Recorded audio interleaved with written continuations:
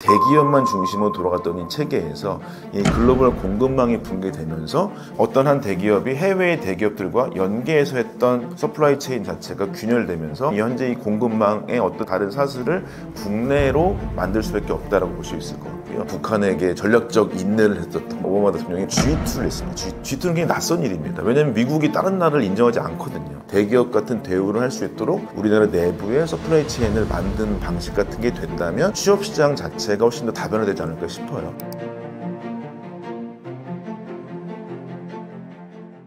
안녕하세요. 저는 박준영이라고 합니다.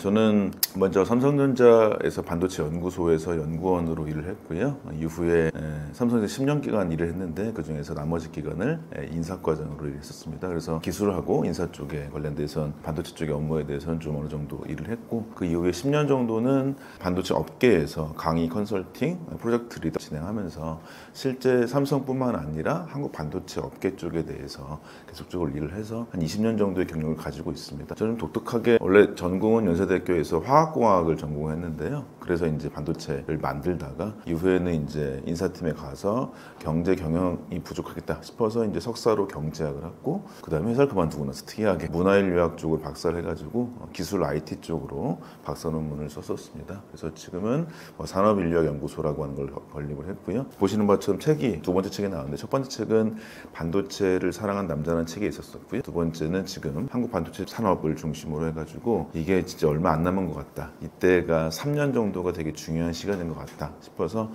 2017년 3년의 골든타임을 생각해서 한국 반도체의 미래 3년이라는 책을 출간하게 됐습니다. 근데 뭐 어떤 걸 해야 먹고 살 수 있을까, 어떤 걸 해야 좋아하는 걸 할 수 있을까 생각하다가 아시다시피 좋아하는 걸 해서 잘 되면은 더 좋겠지만 좋아하는 걸 해가지고 잘 안 되더라도 좋아하는 걸 했으니까 됐다 싶어서 그렇게 말씀하신 대로 탐구를 하면서 좀 하다 보니까 이런 일들을 해왔던 것 같습니다.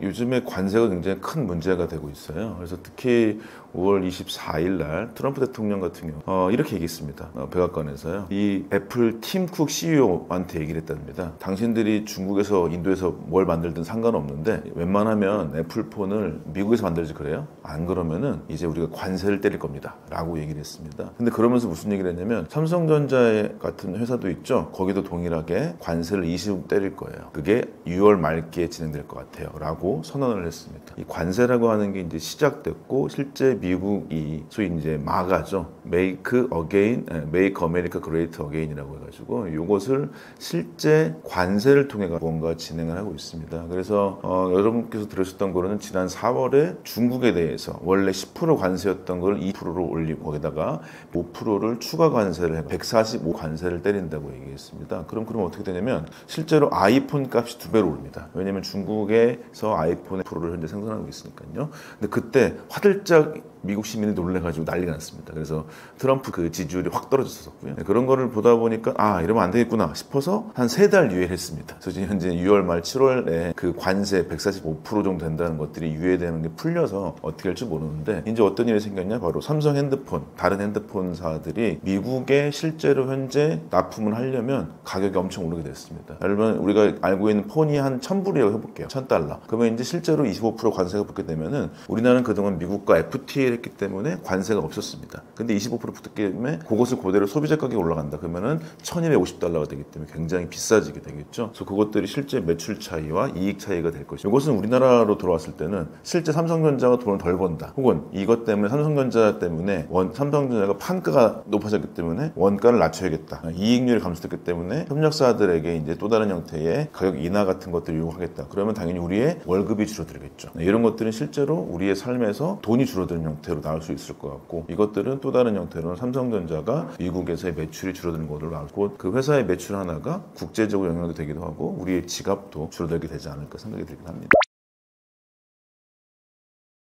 그러니까 4월 달에 미국이 이렇게 관세를 145% 때리겠다 이런 형태가 나온 다음에 중국도 가만히 있을 수가 없었죠. 그래서 중국에서는 어떻게 했냐, 소위 히토리라고 불러집니다. 굉장히 비싼 금속들이 흙이랑 거의 비슷한 금속이라 그래서 보통 여러분 많이 아시는 리튬 등등이나 배터리 재료를 쓸 수도 있고요. 그 다음에 전자제품에 쓰이는 귀중한 금속들이 많이 있거든요. 이런 것들에 근데 아쉽게도 안타깝게도 99% 정도를 중국이 가지고 있습니다. 게다가 이제 생산 공장 같은 것들이 베트남도 있었는데 그것도 사라졌어요. 그래서 지금 거의 전량을 중국에서 갖고 있어가지고 아무리 전자제품이라고 하는 것들을 설계를 하더라도 히토류가 없으면 동작할 수가 없습니다. 그렇기 때문에 중국이 이제 미국을 포함해서 전 세계 국가에 대해서 히토를 수출 안 하겠다. 그래서 배짱을 부릴 수밖에 없는데요. 이거는 모든 나라가 다 자기 나라의 강점을 가지고 생존을 위하고 그다음에 기득권이라고 하는 권력을 가져가기 위해서 어쩔 수 없는 선택이라고 봅니다. 당연스럽게 만약에 그대로 우리가 4월 미국의 보복 관세가 진행이 됐고 중국이 또 다르게 히토류 금속에 대해서 수출 제한을 썼으면은 우리나라 핸드폰이라고 하는 게 재고가 다 달아가서 새롭게 생산하려고 썼으면은 엄청나게 원재재 가격이 올랐기 때문에 또 다르게 핸드폰 가격도 올라갈 수 있을 것 같고 그러면 우리가 핸드폰 가격이 올라서 휴대폰을 못 바꿀 수도 있겠죠. 이런 것까지 연결될 수 있어서 이 복잡한 우리나라를 포함한 글로벌리 계속적으로 생산 체계가 있다고 하는 것들이 이어지고 거기는 말하자면 원자재, 중간재, 완성품 이 세 가지 것들이 어떻게 연결될 것인가. 그동안은 소위 미국을 중심으로 해서 미국 일극 체계 아래에서 사람들이 자유롭게라고 하는 형태 미국이 다 대부분 이익을 가져가긴 하지만 그렇게 됐다가 지금은 이 갈등이 생기게 되면서 장벽을 만들게 됐고 장벽이 대표적으로 관세가 돼버릴 것이고요. 이것들이 서로 미국과 중국이 대립하면서 이런 문제들이 생겨서 이런 것들이 결국 소비자들한테는 벽은 꼭 돈이 돼버리는 이 돈이 우리의 지갑을 잠시 부담을 가지게 되지 않을까 생각할 수밖에 없을 것 같습니다.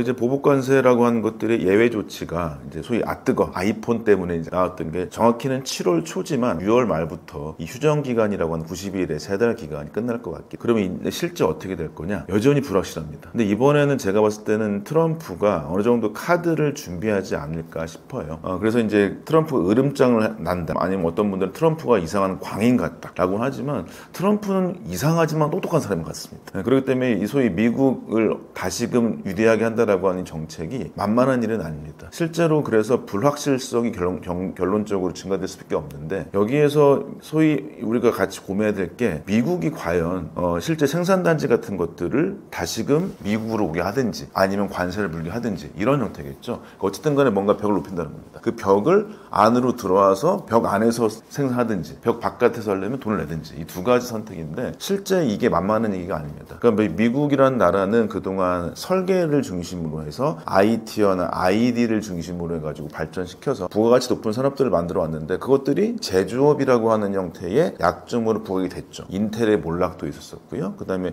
수많은 회사들의 제조업들의 몰락 때문에 혹은 코로나 때문에 이럴 때가 되면서 실제 물건을 만드는 일이 중요하다는 걸 많이 알게 됐습니다. 근데 미국이 만만한 나라가 아니죠. 이게 미국으로 다시 들어오게 돼서 일자리 창출하겠다. 이거는 약간 일반적인 생각인 것 같고 전 두 번째로는 미국이 AI를 활용해서 제조업마저 자동화를 하지 않을까. 그래서 제품 단가나 제품의 기술 자체를 또 다르게 자기의 성벽 안에서 완벽히 자동화했기 걸로 무언가 제조업 경쟁력을 다시 강화하지 않을까. 이미 AI는 1등이죠. 그럼 제조업까지 강화되기 때문에 이런 것들이 실제 각 크게 보자면 미국과 중국 동시에 진행되고 있는 상황이라고 볼 수 있을 것 같아서 그 각각의 양극 체제 혹은 미국과 중국의 대결 체제라고 하는 것들 때문에 각 나라들은 소위 이제 고래싸움 새우등 터지듯이 어쩔 수 없이 거기하고 연결될 수밖에 없긴 하겠지만은 또 다르게 보자면은 불확실성은 여전히 증가될 것이고 소위 얘기했던 자유무역이라고 하는 것들은 좀 더 계속적으로 균열이 있지 않을까라고 볼 수 있을 것 같습니다. 심각한 변화가 있을 것 같아요. 글로벌 공급망 붕괴라고 해가지고 말하자면 글로벌 서플라이 체인 매니지먼트 우리가 뭐 SCM이라고도 많이 했던 것 같습니다. 그런 것들이 실제 우리나라를 비롯해서 우리나라는 예전에 세계화라고 불렀었고요. 혹은 이제 IT 기술의 발달 이 두 가지 말하자면 글로벌라이제이션, IT 기술의 발달 이 두 가지 때문에 실제로 우리나라도 돈을 많이 벌게 됐었죠. 물론 IMF 위기가 있긴 있었지만 그 다음에 이제 미국과 강대국이라고 하는 것들 나라들이나 혹은 개발도상국들도 자기의 역할에 맞춰서 이익률 차이는 있지만 어느 정도의 글로벌리 자유무역이라고 하는 것들이 유지가 됐었습니다. 네, 그렇다면 공급망 붕괴가 됐다. 그렇게 된다면 일단은 우리나라처럼 이 수출을 많이 하는 나라들에서는 상당한 위기가 될 수밖에 없습니다. 왜 위기가 되냐면 우리나라는 바로 중간재를 주로 많이 만들기 때문입니다. 중간재라고 하는 거는 우리가 보자면 한마디로 얘기해서 반도체 같은 거라고 볼 수 있을 것 같고요. 이 핸드폰이나 자동차 같은 것들은 계속적으로 우리가 바깥으로라고 하는 거는 자동화가 좀 쉬워지거나 혹은 다른 말로 봤었을 봤을 때는 인건비가 싼, 말하자면 개발도상국이나 아예 미국이나 이런 쪽으로 변화하면서 움직이고 있습니다. 이렇게 이 상황에서는 우리나라가 중간재 산업과 완성차 산업이 해외로 나가는 이전 상황에서 계속적으로 거기다가 균열이 되어버린다는 거죠. 그럼 이런 것들은 나가고 있는 것들을 막을 수는 없을 것이고요. 이 아래에서 중간재 산업이라고 하는 것들의 무역이 어려워지는 거 봤을 때는 당연히 우리 일상생활과 취업에 어려움이 있을 수밖에 없을 것 같아요. 특히 취업이라고 하는 것은 결국에 그 각 회사들이 고용을 창출해야 되는 건데, 고용 창출은 이익에 달려있고요. 이익은 결국에는 현대자동차, 삼성전자, 거기에 갖고 있는 서플라이 체인에 들어가 있는 회사들의 매출 발생 때문에, 이익 발생 때문에 고용이 일어나기 때문에 이런 것도 상당히 난점으로 다가올 수 있습니다. 근데 저는 그것들이 기존의 우리나라의 산업체계의 단점을 개선할 수 있는 하나의 기회가 되지 않을까 생각이 들긴 합니다. 결국에는 우리나라의 가장 큰 장점, 말하자면 이렇게 됐었죠. 개발 독재 시대부터 시작해가지고 우리나라는 재벌 대기업을 중심으로 산업을 선택해왔습니다. 기억하시기에는 삼성은 전자, LG는 화학, 포스코는 제철, 현대는 자동차, 이런 것들이 막 있었죠. 근데 요것이 잘 되다가 IMF를 딱 맞았는데 이게 더 심해집니다. 말하자면 이제는 기억하시겠지만 반도체를 잘 돼서 현대, LG, 삼성이 다 했었어요. 근데 IMF 딱 되니까 정리하고 삼성이 하세요. 그래서 여전히 LG가 가장 아쉬워하는 게 뭐죠? LG의 이제 LX 회장으로 갔던 구본준 회장도 반도체를 빅딜했던 걸 여전히 가장 마음 아파합니다. 예를 들면 현재 기아 현대자동차라고 하는 게 합병돼 있긴 하지만 그때 자동차 산업을 주게 될 수밖에 없었던, 이제 돌아가셨지만은 이건희 회장 같은 경우도 삼성 자동차 있었죠. 그런 것들이 줄어들게 된 것. 근데 그러면서 한 산업이 한 대기업을 중심으로 유계를 가지게 됐었습니다. 물론 이게 글로벌리 경쟁력을 갖추는 도움이 많이 됐었던 것 같아요. 지금에서 국내 1등 했던 것들, 대기업만 중심으로 돌아갔던 이 체계에서 이 글로벌 공급망이 붕괴되면서, 그러면은 어떤 한 대기업이 해외의 대기업들과 연계해서 했던 서플라이 체인 자체가 균열되면서, 그러면 현재 이 공급망의 어떤 다른 사슬을 국내로 만들 수밖에 없다라고 볼 수 있을 것 같고요. 근데 그게 굉장히 약할 수밖에 없습니다. 왜냐면 우리나라는 대기업과 중견기업과 중소기업의 임금 차이가 굉장히 크거든요. 예를 들면 여러분 삼성전자, 하이닉스 신입사원이 다 받는 원천 소득이 1억 원 왔다 갔다 합니다. 근데 같이 팹에서 반도체를 만드는 분들은요 최저임금 붙어 있어요. 그러면 이제 연봉 차이가 3배 차이가 난다는 거죠. 같은 공간에 있는. 이런 것들이 굉장히 큰 문제가 될 수밖에 없고, 그래서 이번에 우리나라가 이런 형태의 공급망 붕괴라고 하는 형태의 상황이 됐을 때 다시금 대기업만 이렇게 볼 것도 있겠지만 대기업이 더 좋은, 대기업만큼의 대기업 같은 대우를 할 수 있도록 우리나라 내부의 서플라이 체인을 만드는 방식 같은 게 된다면 취업시장 자체가 훨씬 더 다변화되지 않을까 싶어요. 왜냐면 제가 이제 삼성에서 일하고 난 다음에 이제 인사팀에 있었기 때문에 취업 전선에 있는 대학생분들을 굉장히 많이 만납니다. 근데 이제 너무 힘들어해요. 왜냐면 갈 곳이 대기업밖에 없으니까요. 여전히 우리는 주위 사람을 눈치를 많이 볼 수밖에 없는 관계적인 우리나라 사람들이기 때문에 어디 다녀요? 그랬을 때 삼성 다닙니다. 요즘 SK 인기가 더 많죠. SK 하이닉스 다닙니다. 그러면 더 이상 설명할 필요 없어요. 근데 제가 반도체 업계 어디 다닙니다. 거기가 어디야? 이러면 또 이제 마음이 상하죠. 그거 왜 그러냐면 그 정도 같은 반도체를 만듦에도 불구하고 A라는 회사와 B라는, 내가 이름만 아는 회사가 브랜드도 좋은데 근무권도 좋고요. 휴가도 잘 갈 수 있고 다 좋아요. 이런 것들의 불균형이 해소될 수 있는 가장 중요한 기회가 아닌가 싶어서, 이때가 되게 중요한 상태가 아닌가 싶어서 공급망 붕괴에 따라서 다시금 우리나라의 산업체계에 대한 재편들을 좀 더 우리가 고민할 필요 있지 않을까. 실제로 우리나라 공급망 체계의 붕괴에 따라서 기회와 위기도 있겠지만 결국에 이거는 글로벌 협력 체계를 우리가 갖출 수밖에 없을 것 같아요. 그래서 미국 무역 전쟁이라고 하는 것들이 실제로 2008년 금융위기 이후로 굉장히 강해졌습니다. 기억하시겠지만은 우리 버락 오바마 대통령이죠. 한국을 약간 뭐 좋게는 봤었지만, 의료보험 좋다고 얘기했지만 우리나라 약간 좀 왕따시켰던, 북한에게 전략적 인내를 했었던 오바마 대통령이 뭐였냐면 G2를 했습니다. G2는 굉장히 낯선 일입니다. 왜냐하면 미국이 다른 나라를 인정하지 않거든요. 미국은 아시겠지만 1985년에 플라자 회담 같은 걸 통해 가지고 경쟁되려고 하는 일본과 독일을 관세가 아니라 환율을 통해서 아주 주저앉혀 버렸어요. 그러니까 지금 미중 무역 갈등을 다른 말로는 제2 플라자 회담이라는 얘기도 하기도 합니다. 말하자면 턱밑같이 쫓아오고 있는 중국이라고 하는 나라를 어떻게든 우리가 망하게 하리라, 이런 것들의 이제 패권을 다시 쟁취하리라라고 하는 게 미국의 역할인데, 그 G2 2008년의 금융위기는 방만한 미국의 산업 형태와 기술과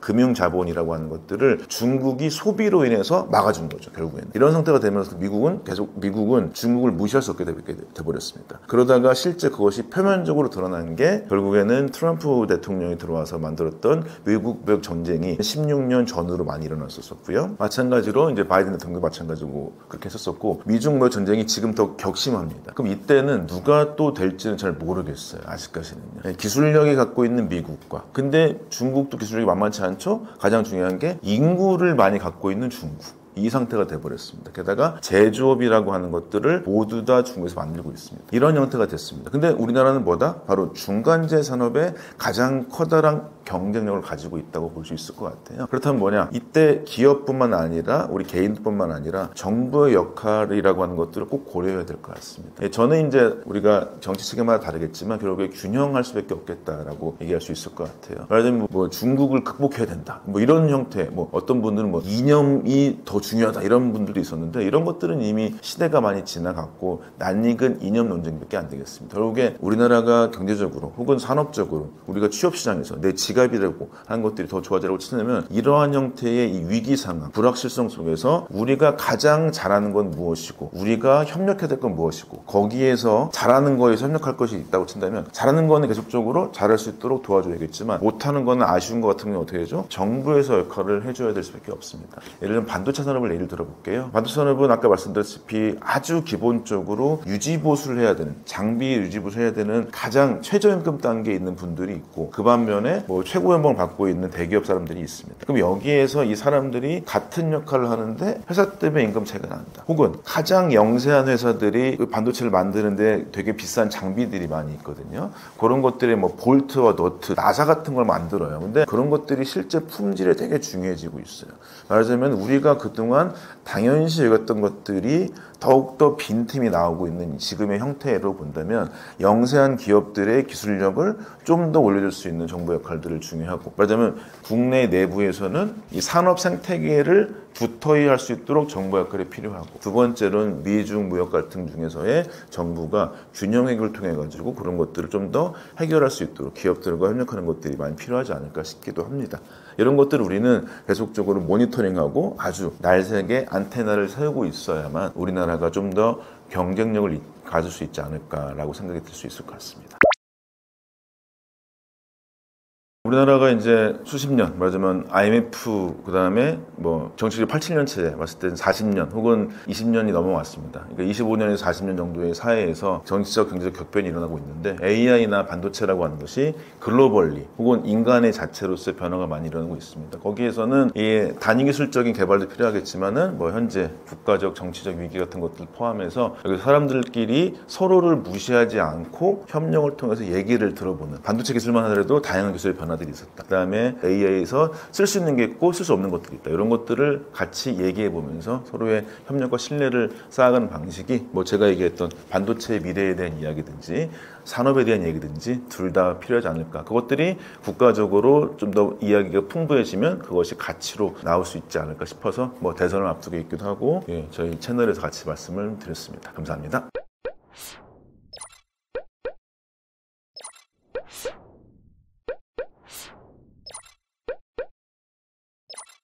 you